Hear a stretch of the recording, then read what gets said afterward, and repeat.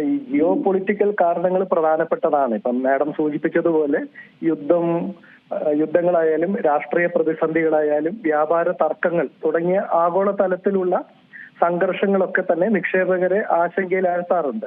അപ്പം ഈ സമയങ്ങളിലൊക്കെ ഒരു സ്വർണം ഒരു സുരക്ഷിത നിക്ഷേപമായി കണക്കാക്കപ്പെടുന്നതിനാൽ സ്വർണത്തിന്റെ വില ഉയരാറുണ്ട്. പക്ഷെ പാലസ്റ്റൈനിലുള്ള യുദ്ധം എന്നത് മാത്രമല്ല യഥാർത്ഥത്തിൽ സ്വർണത്തിന്റെ വിലയെ സ്വാധീനിക്കുന്നത്.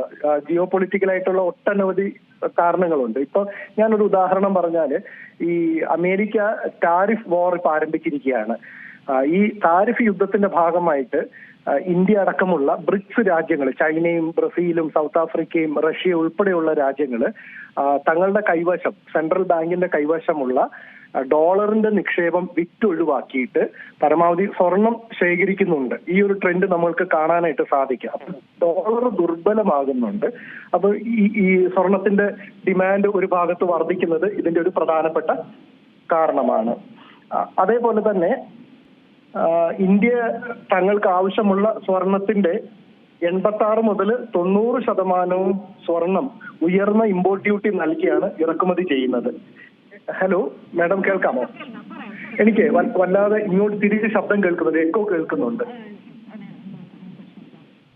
ഓക്കെ. അപ്പം നമ്മുടെ രാജ്യത്ത് ആവശ്യമുള്ള ഒരു 86 മുതൽ 90% വരെ സ്വർണം ഇമ്പോർട്ട് ഡ്യൂട്ടി നൽകിയാണ് നമ്മൾ ഇറക്കുമതി ചെയ്യുന്നത്. അപ്പൊ ഇമ്പോർട്ട് ഡ്യൂട്ടി നൽകുന്നതിന് പുറമെ ഇറക്കുമതി ചെയ്യുമ്പോൾ നമ്മുടെ കറൻസിയുടെ മൂല്യം കുറയുന്നുണ്ട്. ഇന്ത്യൻ കറൻസി വലിയ അളവിൽ ഡിപ്രിസിയേഷൻ സംഭവിച്ചിട്ടുണ്ട്. അതൊരു പ്രധാനപ്പെട്ട പ്രശ്നമാണ്. അപ്പം മുൻപ് $1 കിട്ടണമെങ്കിൽ 75 രൂപയോ 80 രൂപയോ കൊടുക്കേണ്ടിയിരുന്ന സ്ഥാനത്ത് $1 ലഭിക്കണമെങ്കിൽ 86 രൂപ 63 പൈസ ഇന്നത്തെ വില അനുസരിച്ച് നമ്മൾ നൽകേണ്ടതുണ്ട്. ഡോളറിന് അഗൻസ്റ്റ് ആയിട്ട് മാത്രമല്ല, യൂറോയ്ക്ക് അഗൻസ്റ്റ് ആയിട്ടും നമ്മുടെ കറൻസി ഡിപ്രിസിയേറ്റ് ചെയ്തിട്ടുണ്ട്, മൂല്യം കുറഞ്ഞിട്ടുണ്ട്. 91 രൂപ 96 പൈസയിൽ നിന്ന് 102 രൂപയായിട്ടൊക്കെ നമ്മളുടെ ഇന്ത്യയും യൂറോയും കറൻസിയും തമ്മിലുള്ള മൂല്യം കുറഞ്ഞിട്ടുണ്ട്. ബ്രിട്ടീഷ് പൗണ്ടുമായിട്ട് നമ്മുടെ കറൻസിയുടെ മൂല്യം കുറഞ്ഞിട്ടുണ്ട്. ചൈനീസ് യുവാനുമായിട്ട് നമ്മുടെ കറൻസിയുടെ മൂല്യം കുറഞ്ഞിട്ടുണ്ട്. അപ്പൊ ഞാൻ മുമ്പ് സൂചിപ്പിച്ചതുപോലെ ഇന്ത്യ സ്വർണം ഇറക്കുമതി ചെയ്യുന്ന രാജ്യമാണ്. അപ്പൊ കൂടുതൽ ഫോറിൻ എക്സ്ചേഞ്ച്, വിദേശ നാണ്യം കൊടുത്തെങ്കിൽ മാത്രമേ നമുക്ക് സ്വർണം ലഭിക്കത്തുള്ളൂ. അപ്പൊ കൂടുതൽ ഇന്ത്യൻ കറൻസി നൽകിയാലേ കൂടുതൽ ഫോറിൻ എക്സ്ചേഞ്ച് ലഭിക്കത്തുള്ളൂ. അതും സ്വർണത്തിന്റെ വില വർദ്ധിക്കുന്നതിന് പ്രധാനപ്പെട്ട കാരണമാണ്. പിന്നെ ഈ സ്വർണ്ണവില വർധനമെന്ന് പറയുന്നത്, ആളുകൾ ഈ സ്വർണം ആഭരണമായി വാങ്ങുന്നവരുടെ എണ്ണം ഇപ്പം നമ്മുടെ ജുവല്ലറികളിലൊക്കെ കുറയാനായിട്ടുള്ള സാധ്യതയുണ്ട്. പക്ഷെ മറുഭാഗത്ത് ഗോൾഡ് ETF എന്ന് പറയുന്നൊരു സംഗതിയുണ്ട്, എക്സ്ചേഞ്ച് ട്രേഡഡ് ഫണ്ട്. അപ്പൊ ഗോൾഡ് ETFകൾ വാങ്ങുന്നവരുടെ എണ്ണം പല മടങ്ങ് വർദ്ധിച്ചതായിട്ട് കണക്കുകൾ സൂചിപ്പിക്കുന്നുണ്ട്. ഈ ഗോൾഡ് ETF എനിക്കറിയില്ല എത്രത്തോളം ആളുകൾക്ക് സുപരിചിതമാണെന്ന്. ഈ ഗോൾഡ് ETFകൾ എന്ന് പറയുന്നത് സ്വർണത്തിന്റെ വിലയെ അടിസ്ഥാനമാക്കി പ്രവർത്തിക്കുന്ന മ്യൂച്വൽ ഫണ്ടുകളാണ്. ഓഹരി വിപണിയിൽ ഇവയെ ഓഹരികൾ പോലെ നമുക്ക് വാങ്ങാനും വിൽക്കാനും സാധിക്കും. അപ്പോൾ ഒരു സ്വർണ്ണ ETF ഏകദേശം 1 ഗ്രാം സ്വർണത്തിന് തുല്യമായിരിക്കും.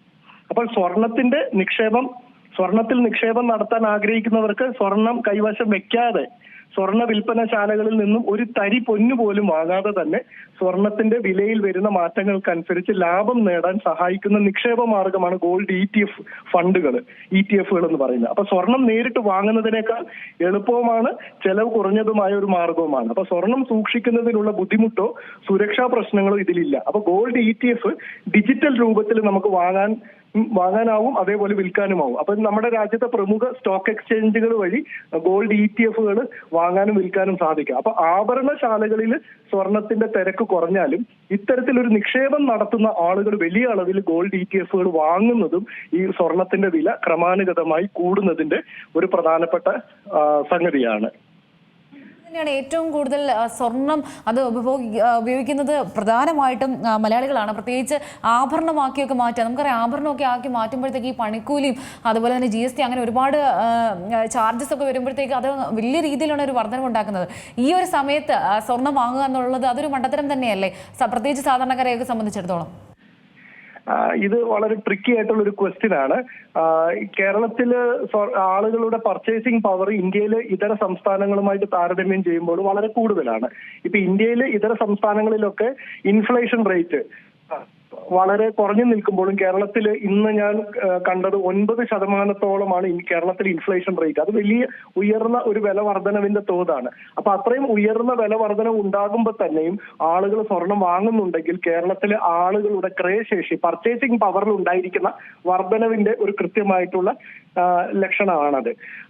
അപ്പം ഈ സ്വർണം ഇതൊരു സുരക്ഷിത നിക്ഷേപമാണോ, ആളുകൾ വാങ്ങുന്നത് മണ്ടത്തരമാണോ എന്ന് ചോദിച്ചാൽ, ഈ സ്വാഭാവികമായിട്ടും ഇങ്ങനെ വില വർദ്ധിക്കുമ്പോൾ ഇത് ഇനിയും ഇന്ന് തന്നെ നിങ്ങൾ പറഞ്ഞതുപോലെ 2000 രൂപയിലധികം വില വർധന ഉണ്ടാകുമ്പോൾ വീണ്ടും വില വർദ്ധിക്കുമെന്നുള്ള ഒരു പ്രതീക്ഷ ആളുകൾക്കുണ്ട്.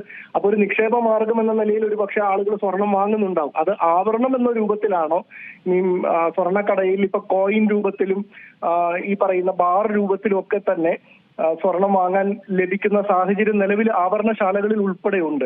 അപ്പൊ പണിക്കൂലിയും പണിക്കുറവും സത്യം പറഞ്ഞാൽ ആളുകൾക്ക് നഷ്ടമുണ്ടാക്കുന്നതാണെങ്കിൽ തന്നെയും അവർ ചിലപ്പോൾ ആഭരണത്തിലാകണമെന്നില്ല ഈ സ്വർണം വാങ്ങുന്നത്. മറ്റു രൂപങ്ങളിൽ ഈ പണിക്കൂലിയോ പണിക്കുറവോ ഉണ്ടാകാത്ത രീതിയിൽ സ്വർണം വാങ്ങാനാകുന്ന രീതി ഇന്ന് നിലവിലുണ്ട്. അപ്പം അതുകൊണ്ട് തന്നെ ആളുകൾ സ്വർണം വാങ്ങുന്നത്. പിന്നെ സ്വർണത്തിന്റെ വില കുറയുമോ എന്ന് ചോദിച്ചു കഴിഞ്ഞാൽ എനിക്ക് തോന്നുന്നു ഒരു പക്ഷെ ഒരു ഇൻഫ്ലേറ്റഡ് പ്രൈസ് ഗോൾഡിൽ ഉണ്ടെങ്കിൽ തന്നെ ഒരു കറക്ഷൻ ഉള്ള ഒരു പോസിബിലിറ്റി ഉണ്ട്. ഇപ്പം ഭൂമിയുടെ വിലയാണെങ്കിലും മുൻപ് വളരെ ക്രമാനുഗതമായി വളർന്ന ഒരു ഘട്ടമുണ്ടായിരുന്നു. ഭൂമി കച്ചവടമൊക്കെ ഏറെ നടന്നത്. ഇപ്പൊ നമ്മൾ അമേരിക്കയിലാണെങ്കിൽ തന്നെ 2007-2008 കാലഘട്ടത്തിൽ സബ് പ്രൈം ക്രൈസിസ്, എന്തോ ഹൗസിംഗ് ബബിൾ ക്രൈസിസ് എന്നൊക്കെയാണ് അതിനെ വിശേഷിപ്പിച്ചിരുന്നത്. അവര് വലിയ ഫിനാൻഷ്യൽ ക്രൈസിസിലേക്ക് പോവുകയും ബാങ്കുകൾ അടച്ചുപൂട്ടിയ ഒരു ഉദാഹരണം നമ്മുടെ മുമ്പിലുണ്ട്. അപ്പം കൃത്രിമമായിട്ട് ഇൻഫ്ലേറ്റഡ് ആയിട്ട് ഉണ്ടാകുന്ന വില വർധന ചിലപ്പം തകരാനുള്ള ഒരു സാധ്യതയുണ്ട്. അതിനെ നമ്മൾ കറക്ഷൻ എന്നാണ് ഒരു ഇക്കണോമിക്സിലൊക്കെ ഉപയോഗിക്കുന്ന, അല്ലെങ്കിൽ ഫിനാൻഷ്യൽ ടേംസിൽ കറക്ഷൻ എന്ന വാക്ക് ഉപയോഗിക്കുന്നത്. ഒരുപക്ഷെ ഗോൾഡിന്റെ പ്രൈസിലും ഇപ്പോൾ ഉണ്ടായിരിക്കുന്നത് അതേപോലെ ഒരു ഇൻഫ്ലേറ്റഡ് പ്രൈസ് ഒരു കറക്ഷൻ സംഭവിക്കാൻ സാധ്യതയുണ്ട്. പക്ഷെ അപ്പോൾ ഞാൻ ചിന്തിക്കുന്നത് ഒരു 5000 മുതൽ ഒരു 10000 രൂപ വരെയൊക്കെ കറക്ഷൻ സാധ്യതയുള്ളൂ.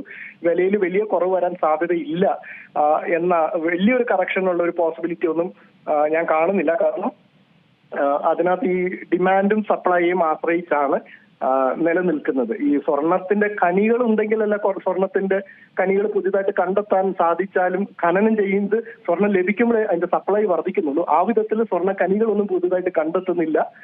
ഡിമാൻഡ് എന്ന വലിയ അളവിൽ വർദ്ധിക്കുന്നുണ്ട് താനും. അപ്പൊ സ്വർണത്തിന്റെ വിലയിൽ കൂടി തന്നെ നിൽക്കാനാണ് സാധ്യത. എന്നിരുന്നാലും ഒരു കറക്ഷന് പോസിബിലിറ്റി ഉണ്ട്. ആ കറക്ഷൻ എന്ന് പറയുന്നത് വലിയ അളവിൽ വില കുറവ് ഒന്നും ഉണ്ടാവത്തില്ല. ഒരു പക്ഷെ 5000 രൂപയോ അല്ലെങ്കിൽ ചിലപ്പോൾ അതിനെക്കാട്ടിലും ഒക്കെ ചിലപ്പോൾ ഒരു കുറവ് സംഭവിച്ചേക്കാം എന്ന് മാത്രമാണ് ഞാൻ കരുതുന്നത്.